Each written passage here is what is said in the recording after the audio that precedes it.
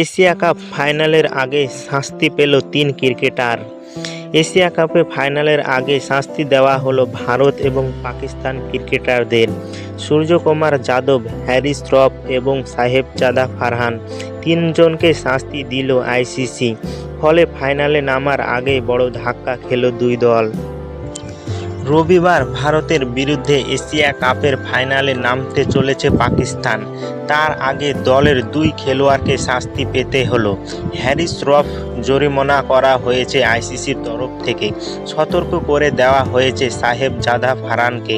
ফলে ফাইনালে নামার আগে ধাক্কা খেল পাকিস্তান। ভারতের অধিনায়ক সূর্যকুমার যাদবকে 30% জরিমানা করা হয়েছে। ফারহানকে সতর্ক করে দিয়েছে ম্যাচ রেফারি।